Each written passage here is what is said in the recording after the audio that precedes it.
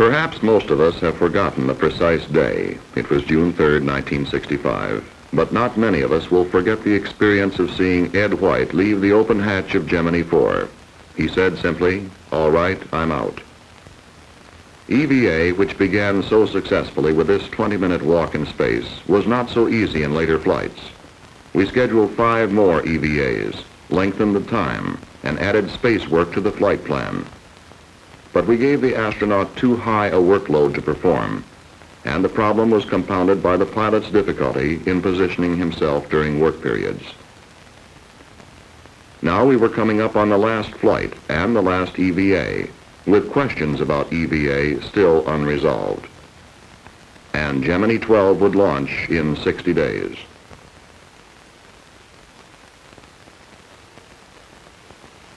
Part of the answer may be found under the water of this pool, where we have submerged mock-ups of the spacecraft and Agena target docking adapter. We had done research in underwater simulation of space conditions for some months. Now, for the first time, a flight crew will incorporate underwater simulation into their EVA work training. In an inflated pressure suit, astronaut Edwin Aldrin, pilot for Gemini 12, is weighted with 60 pounds of lead.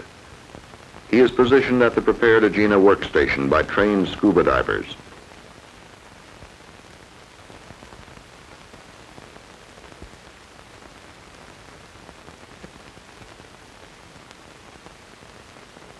Underwater simulation creates a condition of neutral buoyancy. It gives the pilot an effect quite similar to that of zero gravity. Astronaut Aldrin has attached himself by a waist tether to rings on the Agena. From past EVA experiences, we learned that astronauts spent far too much energy trying to stay in position while working. Waist tethers are one of the restraints that we are investigating for Gemini 12. The jobs now performed underwater by pilot Aldrin are those which will be done on Gemini 12. Attaching handholds, using a torque wrench to tighten bolts, making electrical connections, cleanup of his work area. In short, the type of jobs we know are basic to space station work. As he will during flight, pilot Aldrin has moved by handrails from the Agena workstation to the adapter area. He is now ending a rest period. We have carefully planned the rest periods of this EVA in relation to the workload. Leaning backward, pilot Aldrin tests another type of restraint used in the adapter area, special foot restraints. These are also called Dutch shoes by some people for obvious reasons. The chief advantage of underwater simulation is that it gives a training EVA pilot continuity of tasks. As such, it is a valuable addition to zero-G simulations in aircraft, where the zero-G condition is attained in the parabola of flight for only 30 seconds. Pilot Aldrin and his backup crewman, Pilot Cernan, are able to simulate the entire EVA exercise of Gemini 12 without a break, step by step from the beginning, as it is written in the flight plan. They run 2-hour simulations underwater several times and finish training almost on the eve of launch.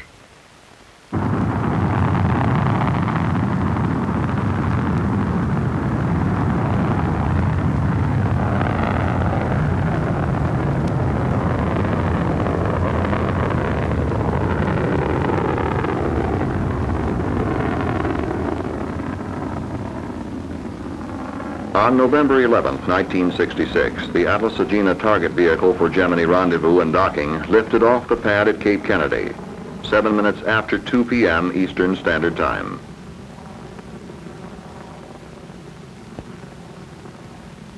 Gemini 12 was now slightly more than an hour and a half from launch. Command pilot for the mission was Jim Lovell, already a veteran of the longest manned spaceflight, 14 days on Gemini 7. In the 4 days ahead, he would log more hours in space than any other man. His pilot was astronaut Aldrin. The Agena was inserted into an orbit of 164 nautical miles by 159 nautical miles. Mission Director Bill Schneider gave the final go for the launch of the last Gemini.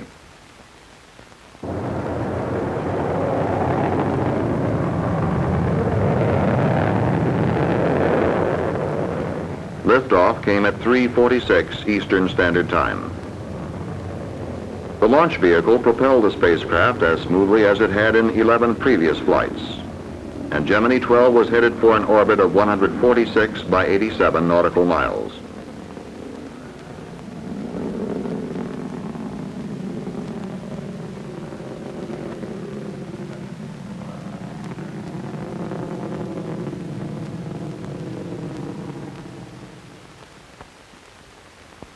The first order of business after insertion into orbit would be an M=3 rendezvous, or rendezvous during the third revolution. Maneuvers proceeded according to plan. A radar lock-on with the Agena was reported at 235 nautical miles, and the crew sighted the target using a sextant telescope at 85 nautical miles. But as the distance decreased to 64 miles, the crew reported erratic radar response. Roger, Warner. I wish we had lock-on followed up the Agena. He's still having negative luck with all that, huh? Roger, we'll proceed as with the radar failure. The crew immediately went to a backup rendezvous mode, onboard computations. The pilot bent over his charts, relaying distance and burn rates to the command pilot. Burn at 2 plus 05 plus 48. I should put it in here. This method had been used successfully as early as the Gemini 9 flight and presented no problem.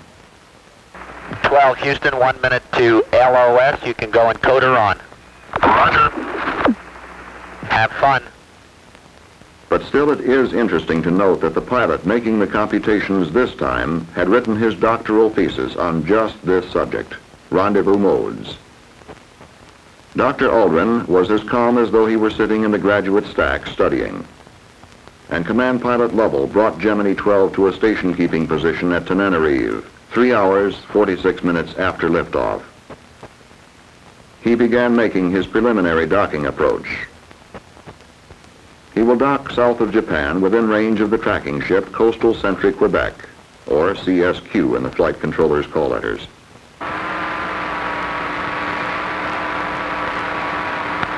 Is he docked, CSQ? That's negative flight. Okay. You satisfied with the Agena? Both vehicles are go. Okay. Let him know that. Okay. Gemini 12, CSQ. Roger, CSQ. We're giving you a go for docking. Roger, thank you. CSQ. Go ahead. Point on dock. Roger. As docking practice continued in the third revolution, Pete Conrad, the Capcom on duty, broached a problem to the crew. It concerned the Agena Primary Propulsion System, the PPS. The problem appears to be one that indicates a possible turbine pump problem. And we're going to give you a go a little bit later on as to whether you can make the PPS burn or not. There had been a momentary drop in the pressure in the thrust chamber of the PPS during insertion. It then returned to normal. But that 1 second drop in pressure was enough to bring the Gemini specialists onto the floor of mission control. The pressure drop could cancel plans for the PPS burn today, which would inject the docked vehicles into a higher orbit of 400 nautical miles. The decision came in the fourth revolution and was relayed through the Hawaii tracking station. Well, Hawaii, you're no go at the present time on the PPS burn. The big burn, such as we saw on Gemini 10 and Gemini 11, was out for this mission. But the crew was given no chance to settle back for a couple hours free ride, or crack open a good novel, even if they had one aboard. Mission Control came up with a substitute plan. It was this.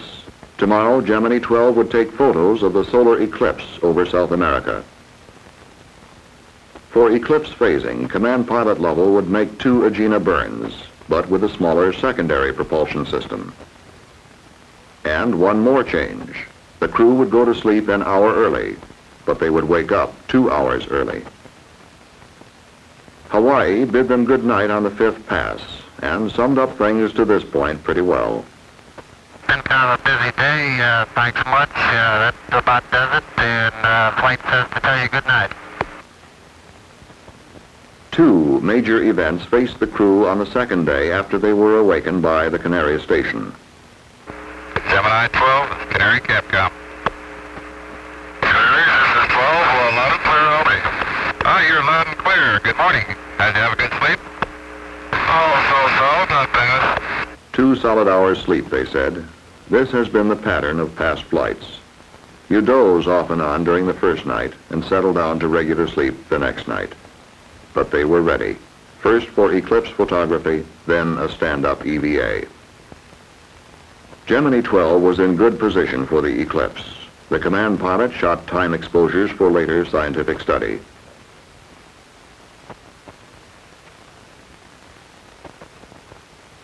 The stand-up EVA began over the Canaries. The hatch was open at 19 hours, 29 minutes into the mission.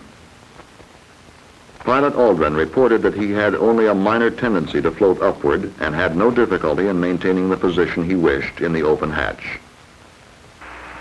Okay, I'm just drifting here. It looks like I have a small tendency to float out, but very little. A beautiful view. There was also preparation for the umbilical EVA of the following day. A portable handrail was installed from spacecraft hatch to the cone of the target docking adapter. It was left in position to be used Sunday. A major portion of this EVA was devoted to star photography, shooting so-called hot stars, much of whose light is in the ultraviolet spectrum. 80% of this is filtered out by the Earth's atmosphere. From Gemini, astronomers can study data unobtainable from the Earth.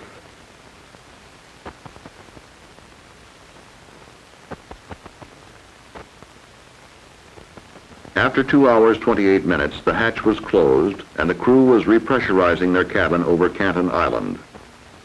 Jim Lovell reported, "It was a pretty good exercise, and I'm starving to death." The flight director was obliging. Neat period for you starting at 2300 to 2350. Sunday morning began rather abruptly, shortly after 3 a.m. by the clocks at Manned Spacecraft Center. Flight Director Krantz woke the crew about an hour and a half early to check out fuel cell operation. He took one bulky stack off the line. The crew was then invited to nap a little longer. Waking up early for one reason or another would be a feature of this flight. But the crew seemed to like keeping a farmer's hours. They declined sleep and went to work, taking another bite out of the 14 experiments of the mission. On the 27th revolution over Carnarvon, a go was given for the umbilical EVA and space work. EVA began over the South Pacific beyond contact with the ground. Mission control could only wait it out until the spacecraft passed over the States and into tracking range. How was it going? We had restudied work in space for this flight. We replanned our tasks, and it was a last chance for Gemini. But waiting is sometimes a hard job. How was it going? Onboard cameras show us that it was going pretty well indeed. Pilot Aldrin moves out the hatch along the portable handrail, which he had installed during the stand-up EVA the day before. He attaches a tether from the Agena to the spacecraft. That tether would come in for some good use later today. The spacecraft was now passing over the United States, and Mission Control received its first news of what was going on. Buzz Aldrin was at the Agena workstation. While working, he is attached by a waist tether. This gives him a secure position, and he has both hands free for the job.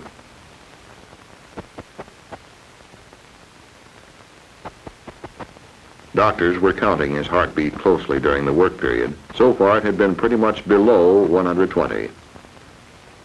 After finishing up at the Agena workstation, Aldrin makes his way along the handrails to the hatch and the rest period.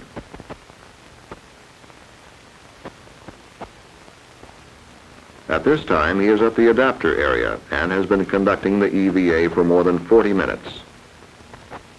Although we have no onboard film of the adapter work area, the pilot performed 7 tasks there, much as we saw in the underwater simulation. When we next pick up the EVA on film, the astronaut is again at the Agena workstation. He tests the waist tether and comments, "The restraints are good. I don't see any problem in positioning my body at all." The next assignment is use of a torque wrench on a bolt. The same type of job had been performed at the adapter section. The wrench can be set for any value from 50 to 200 inch-pounds. He had performed 19 tasks, 12 at the Agena station, 7 at the adapter. A good EVA work session.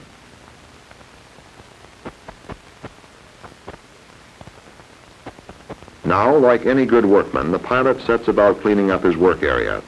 "Okay," he said, "workstation is clear." As he got back in, Jim Lovell greeted him with, "Okay, here's your seat, Buzz. That's it." Gemini 12, Houston Capcom, 1 minute to LOS. New EVA record, beautiful job. That new record was 2 hours, 9 minutes on umbilical EVA. Command Pilot Lovell undocked from his target vehicle 47 hours, 31 minutes from liftoff. He was between stations, between Carnarvon and Canton Island. Command Pilot Lovell is backing off slowly from the target vehicle, pulling on the 100-foot Dacron tether attached to his spacecraft during the umbilical EVA. He will now attempt to extend this tether until it loses all slackness and becomes taut. As expected, that takes a bit of doing at first. The tether whips back and forth and develops loops. But if the command pilot can position these two vehicles on the tether, the one lower as the Agena is, and the other higher as is Gemini 12, there will be a very slight difference in the gravitational pull of the Earth upon the two. Small as it is, this difference may be strong enough to stabilize the spacecraft and the Agena. Now Gemini 12 is in its second daylight pass of this exercise. Jim Lovell has his tether extended and taut. He turns off both spacecraft and Agena control systems. The tether remains taut.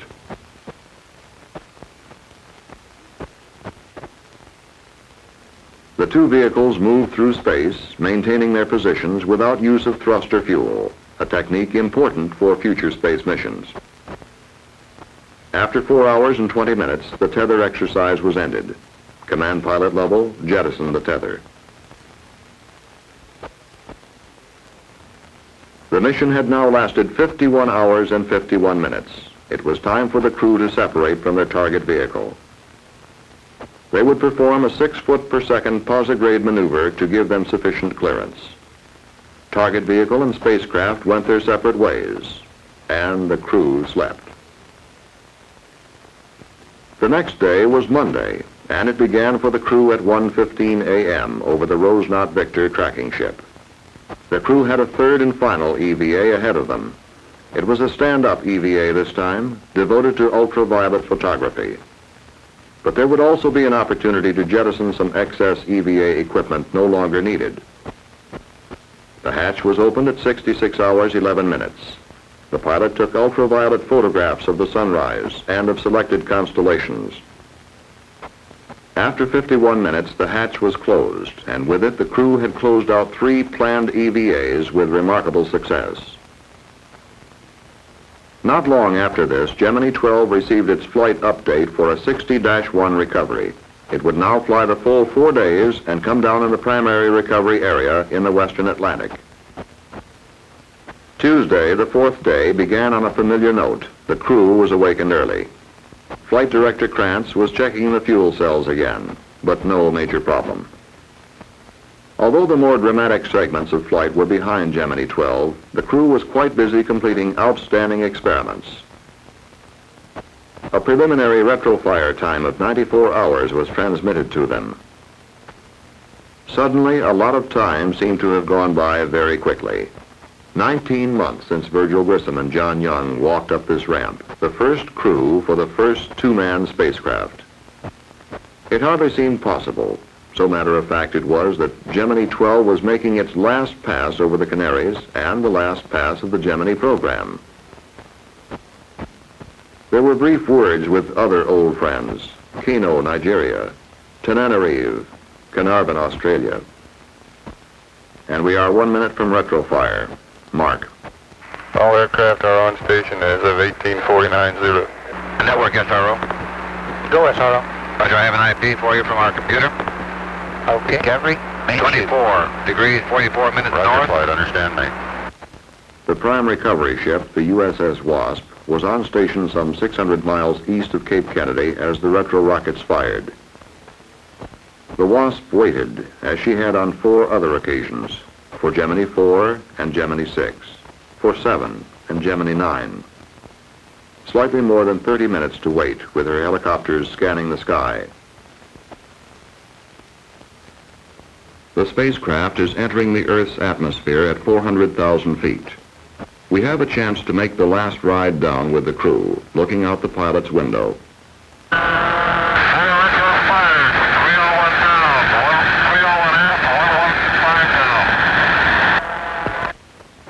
This film of re-entry was shot at 6 frames a second. We are projecting it at normal speed, 24 frames, so our ride will be just a little fast.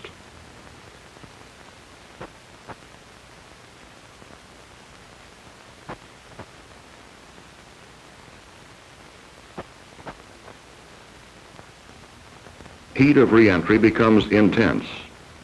Particles flake off the ablative heat shield and fly onto the window.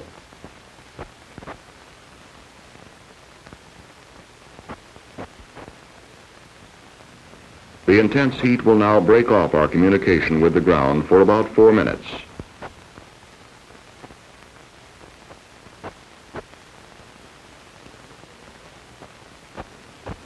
We are midway across the continent, near the Mississippi Delta. The crew has been coming in for 27 minutes. Communications blackout is over. Our ground station talks to Jim Lovell. Well, Houston, our data shows you're right in the money.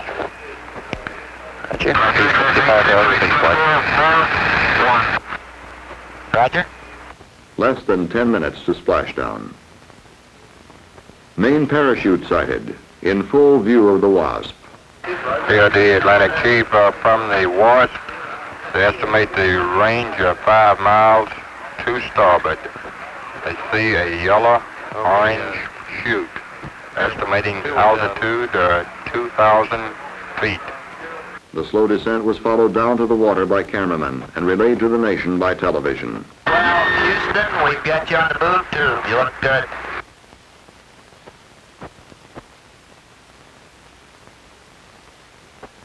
Splashdown.